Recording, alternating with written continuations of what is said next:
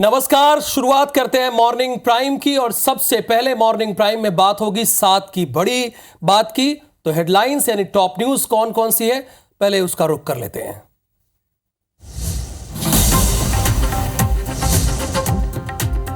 18वीं लोकसभा के पहले सत्र का आज दूसरा दिन। एनडीए आज करेगी लोकसभा स्पीकर के उम्मीदवार का ऐलान। आज इमरजेंसी का 50वीं वर्षगांठ। पूरे देश भर में आपातकाल का काला दिवस मनाएगी बीजेपी। मध्य प्रदेश और छत्तीसगढ़ में भी होंगे आयोजन।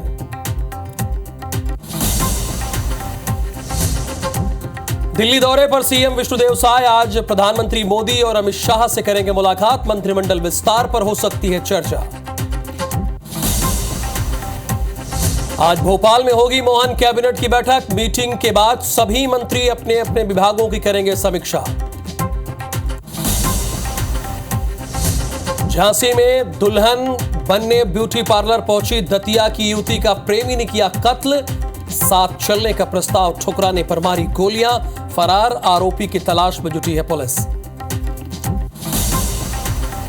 और टीम इंडिया ने सुपर 8 के अपने आखिरी मैच में ऑस्ट्रेलिया को 24 रन से रौंद दिया। ऑस्ट्रेलिया टीम 20 ओवरों में 181 रन ही बना सकी। टीम इंडिया ने सेमीफाइनल में जगह बनाई। अब इंग्लैंड से होगा सेमीफाइनल में महामुकाबला।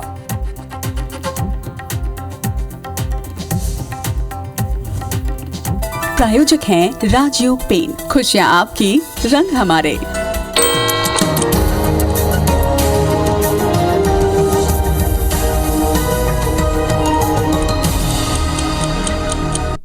हेडलाइंस के बाद अब देखते हैं सुबह 7 बजे की 7 बड़ी खबरें कौन कौन सी हैं। तो पहली बड़ी खबर यह है कि केरल और महाराष्ट्र की 4 राज्यसभा सीटों पर आज चुनाव होंगे।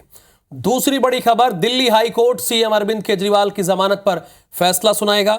तीसरी बड़ी खबर, नीट पेपर लीक मामले में अब तक 25 आरोपी गिरफ्तार किए जा चुके हैं और बहुत जरूरी था। चौथी बड़ी खबर, भूख हड़ताल पर बैठी दिल्ली की मंत्री आतिशी की तबीयत बिगड़ गई है। और पांचवी बड़ी खबर, ममता बनर्जी गंगा तिस्ता जल बंटवारे पर बातचीत से खफ।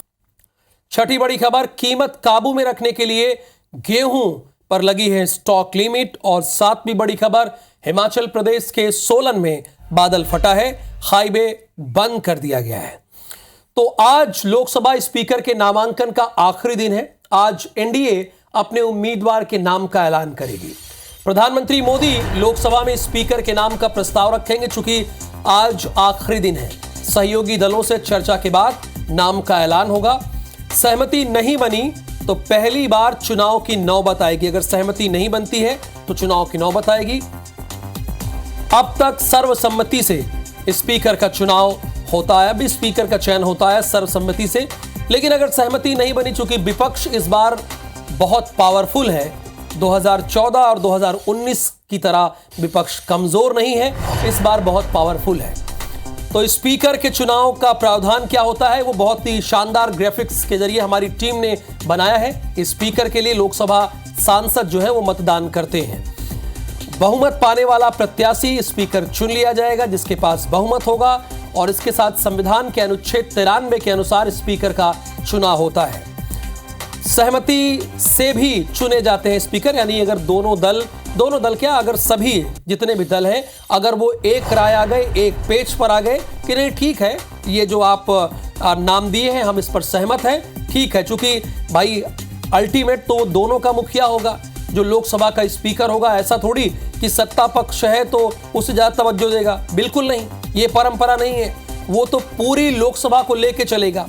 तो ऐसे में अगर सहमति बन जाए तो अच्छी बात है। तो पक्ष विपक्ष में सहमति नहीं बनने पर, देखिए हमारी टीम ने लिखा भी है कि चुनाव होता है स्पीकर के लिए, जैसा कि आप सभी जानते हैं। लेकिन मेरा काम है आपको अपडेट करने का। अगर क्या कहते हैं सहमति नहीं बनती है तो चुनाव की नौबत आ जाती है। लेकिन आज प्रधानमंत्री नरेंद्र मोदी पटल पर नाम रखेंगे, चूंकि नामांकन की आज आखिरी तारीख है।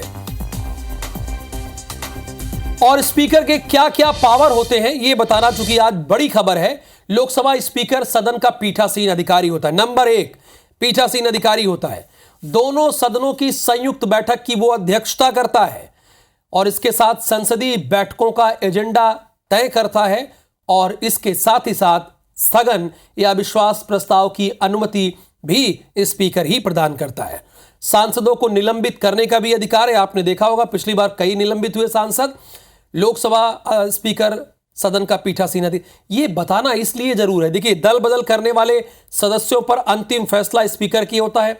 सदन कब चलेगा, कब स्थगित होगा, इसका निर्णय भी स्पीकर ही करता है। सरकार और विपक्ष के बीच कैसे तालमेल बिठाना है, यह भी काम है। पक्ष विपक्ष में बराबर वोट हो तो निर्णायक वोट करने की उसे अनुमति होती है। विभिन्न समितियों का गठन कर उन्हें निर्देशित करना होता है। देखिए आप सोच रहे होंगे सुबह सुबह मैं ये क्यों बता रहा हूं, चूंकि ये आज चुनाव है स्पीकर का और आपको जानना चाहिए कि स्पीकर के पास क्या क्या पावर होते हैं। ये कोई और आपको बताए ये अच्छी बात नहीं। आप मेरे जरिए जानिए, हमारे दर्शकों के जरिए जानिए, बल्कि हमारी टीम के जरिए जानिए कि उसके क्या क्या पावर होते हैं। आपातकाल की 50वीं बरसी पर आज बीजेपी देश भर में प्रदर्शन करेगी। बीजेपी कार्यकर्ता कांग्रेस पार्टी और उसके नेताओं से आपातकाल के लिए माफी मांगने की मांग कर रहे हैं कि आप लोग माफी मांगिए। छत्तीसगढ़ और मध्य प्रदेश में भी बीजेपी नेता जिला स्तर पर प्रदर्शन करेंगे। खुद प्रधानमंत्री नरेंद्र मोदी भी नई सरकार के पहले संसद सत्र के पहले दिन अपने संबोधन में आपातकाल को इतिहास का काला अध्याय बताया और कहा कि अब कोई आपातकाल को दोहरा नहीं पाएगा। देखिए राजनीति में जो गड़े कुछ नहीं होते कि आप पुरानी बात हो गई भूल गए, ऐसा कुछ नहीं होता। यहाँ पर कब कौन सी बात, कहते हैं ना कि गड़े मुर्दे उखाड़ना, यहाँ पर कब कौन सी बात को हाईलाइट करना है ये राजनेता बड़े अच्छे से जानते हैं। अच्छा, एक तरफ यहाँ पर भारतीय जनता पार्टी आपातकाल की याद दिला रही है तो दूसरी तरफ कांग्रेस 15 दिनों का लेखा जोखा बता रही है और 15 दिनों के लेखा जोखा में वो बता रही है कि रुपया गिर गया, महंगाई बढ़ गई और इसके साथ ही साथ कीमतें लगातार बढ़ती जा रही हैं, वो ये भी बताने का काम कर रही है। अब ये तो जनता को तय करना है कि वो किसकी बात को ज़्यादा समझती है और तवज्जो देती है।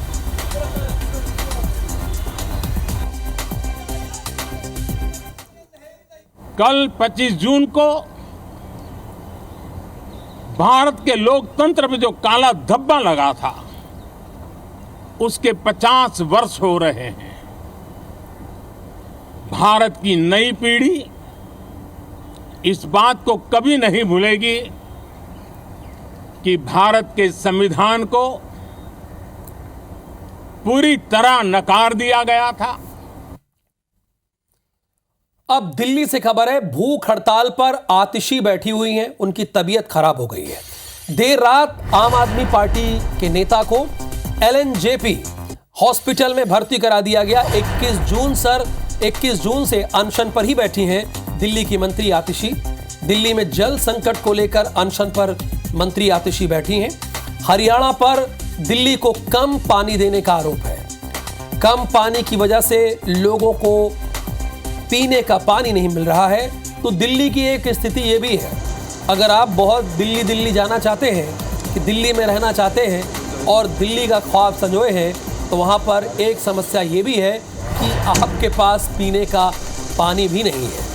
और इसीलिए आतिशी इस बात के लिए संघर्ष कर रही हैं, लेकिन उनकी बात कोई सुना नहीं और फाइनली उनको हॉस्पिटल में एडमिट कराया गया। 21 जून से अनशन पर बैठी हुई हैं मंत्री आतिशी। आप जान ही रहे हैं कि दिल्ली के मुख्यमंत्री अरविंद केजरीवाल अभी भी जेल में हैं। जमानत मिल गई थी लेकिन बाद में स्टे लग गया। अब उन्हें तो गुड न्यूज़ जैसे मिली वैसे एक बैड न्यूज़ भी मिल गई होगी कि सर उस पर स्टे लग गया है। बहरहाल आतिशी आपको दिख रही हैं, तस्वीरों में दिख रही हैं। उन्हें हॉस्पिटल ले जाया गया क्योंकि भूख हड़ताल पर बैठी थी, उनकी तबीयत खराब हो गई। दिल्ली के सीएम अरविंद केजरीवाल को कथित शराब घोटाले के मामले में जमानत मिलेगी या नहीं, इस पर दिल्ली हाई कोर्ट आज फैसला सुनाएगी। ये हमारे दर्शक भी जानना चाहते हैं कि आखिरकार इस पर क्या फैसला आता है। राउज एवेन्यू कोर्ट ने 20 जून को केजरीवाल को बेल दी थी, लेकिन ईडी की याचिका पर हाई कोर्ट ने 21 जून को ट्रायल कोर्ट के आदेश पर सीधे रोक लगा दिया था। हाई कोर्ट ने 21 जून को दोनों पक्षों की दलीलें सुनने के बाद कहा था कि हम 24 और 25 जून तक फैसला सुनाएंगे। तब तक जमानत पर रोक रहेगी। ईडी ने 24 जून को हाई कोर्ट में जवाब दाखिल कर केजरीवाल को जमानत दिए जाने को गैर कानूनी बताया था। और आपकी नॉलेज में यह भी होना चाहिए कि अरविंद केजरीवाल पहले ऐसे मुख्यमंत्री बन गए हैं जो कि जेल में हैं और जेल की सलाखों के पीछे वो कैद हैं और अभी भी वो मुख्यमंत्री हैं, उन्होंने इस्तीफा नहीं दिया, जबकि हेमंत सोरेन ने इस्तीफा दे दिया था। दिल्ली से खबर है, सीएम विष्णुदेव साय आज दिल्ली दौरे पर जा रहे हैं। सीएम साय देश के प्रधानमंत्री नरेंद्र मोदी से मुलाकात करेंगे। दोपहर 12 बजे संसद भवन में मुलाकात होनी है। गृह मंत्री अमित शाह से भी सीएम साय मिलेंगे। मंत्रिमंडल विस्तार पर देखिए चर्चा हो सकती है। मंत्रिमंडल विस्तार तो सीएम विष्णुदेव का विशेषाधिकार है, किसी दूसरे काम से वो मिलने जाएंगे, बात करेंगे। चूंकि बहुत सारे मामले अभी भी पेंडिंग हैं, तो जाहिर सी बात है देश के प्रधानमंत्री नरेंद्र मोदी से और अमित शाह से मिलकर जो छत्तीसगढ़ के कई मामले पेंडिंग हैं उसे जल्द से जल्द पूरा कराने की कोशिश करेंगे, चूंकि कमिटमेंट भी था कि डबल इंजन की सरकार।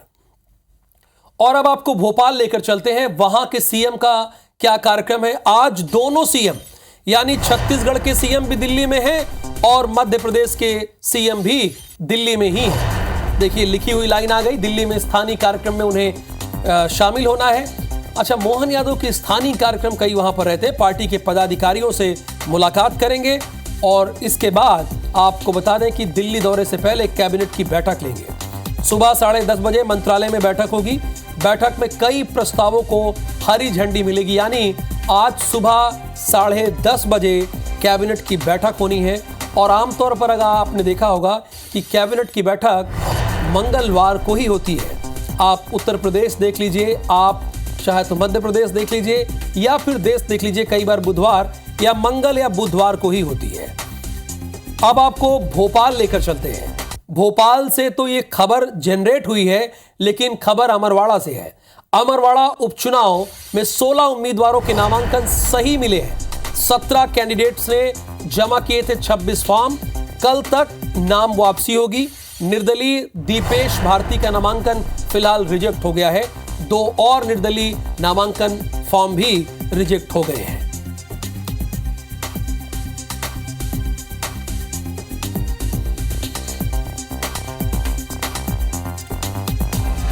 और एक बहुत जरूरी खबर जो सीधे सीधे आपसे जुड़ी हुई है, मान्यता देने में गड़बड़ी का मामला है। Madhya Pradesh nursing registration council की पूर्व रजिस्ट्रार चंद्रकला बर्खास्त कर दी गई है। दतिया नर्सिंग कॉलेज में प्रोफेसर के पद पर ये पदस्थ थीं। तत्कालीन रजिस्ट्रार की भी सेवाएं समाप्त की जा चुकी हैं। अपात्र नर्सिंग कॉलेजों को इन्होंने मान्यता दी थी, लेकिन मैं दर्शकों से सीधा सवाल करता हूं कि इन्होंने तो अपात्र नर्सिंग कॉलेजों को मान्यता दी और सिर्फ इन्हें बर्खास्त किया गया। क्या इनको जो ये सजा मिली है ये काफी है? मैं आपसे पूछ रहा हूं, जितने हमारे दर्शक हैं, इन्होंने आपके बच्चों का भविष्य खराब किया, आपके बच्चों का भविष्य बिगाड़ा और ऐसे कॉलेजों को मान्यता दी जो उसके लायक थे ही नहीं, लेकिन इन्हें सिर्फ बर्खास्त किया गया है। यानी 2 से 3 महीने या 4 से 5 महीने बाद ये बहाल कर दी जाएंगी। लेकिन मथुरा में क्या हो रहा है वो भी हमारा बताना दायित्व है। सोमवार को ब्रज के संतों की महापंचायत हुई है। इसमें राधा रानी के संबंध में मध्य प्रदेश के कथावाचक पंडित प्रदीप मिश्रा की टिप्पणी का विरोध जताया गया। महापंचायत में प्रस्ताव पास हुआ है कि पंडित प्रदीप मिश्रा 3 दिन में माफी मांगे, नहीं तो व्यासपीठ से उन्हें हमेशा के लिए निष्कासित या बहिष्कृत कर दिया जाएगा। इसके साथ ही माफी नहीं मांगने पर कई बातों का जिक्र किया गया है। ब्रज मंडल में प्रदीप मिश्रा का प्रवेश बैन कर दिया जाएगा। महापंचायत में ऐलान किया गया है कि जिला प्रशासन ने साक्ष्य देने के बाद भी उनके खिलाफ 7 दिन में कार्रवाई नहीं की तो जिला मुख्यालय का संत घेराव करेंगे। देखिए, कई बार स्थिति ये भी आ जाती है कि संत के खिलाफ ही एक्शन लेने लगते हैं, चूंकि बयान ऐसे दे दिए जाते हैं। तो एक गुड न्यूज है आप सभी के लिए। अगर आप कल देर रात तक जागे हो तो आपको तो पता हो, लेकिन फिलहाल जान लीजिए कि सेमीफाइनल में भारत पहुंच गया है। T20 वर्ल्ड कप में भारत ने शानदार जीत दर्ज की है और ऑस्ट्रेलिया को 24 रनों से हराया है। भारत ने पहले बल्लेबाजी करते हुए 205 रन बनाए, यानी ऑस्ट्रेलिया को 206 रन का टारगेट दिया। रोहित शर्मा ने बहुत ही कमाल की इनिंग खेली। शुरू से ही जब बल्लेबाजी कर रहे थे ऐसा लग रहा था कि आज हिटमैन अपने पुराने अंदाज में है। उन्होंने 92 रन की शानदार पारी खेली। पारी अच्छी तो खेली है सूर्य कुमार यादव ने भी और इसके साथ हार्दिक पांड्या ने, लेकिन जिस तरह से रोहित शर्मा ने अपनी पारी खेली उसे कोई भूल नहीं सकता है। और यही वजह है कि ऑस्ट्रेलिया 24 रनों से हार गई है और अब सेमीफाइनल में हमारा मुकाबला इंग्लैंड से होना है और उस दिन का आपको इंतजार करना होगा।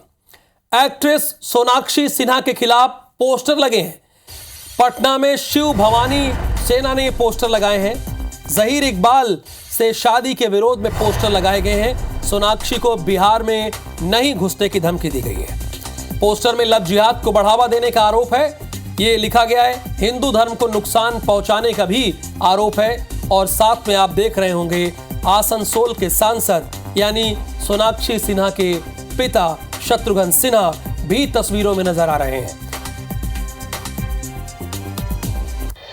नाबालिग से रेप का आरोपी पकड़ा गया है। एनकाउंटर के बाद इसे गिरफ्तार कर लिया गया है। मैं उत्तर प्रदेश के रामपुर की बात कर रहा हूं। यहां से पुलिस ने गिरफ्तार किया है।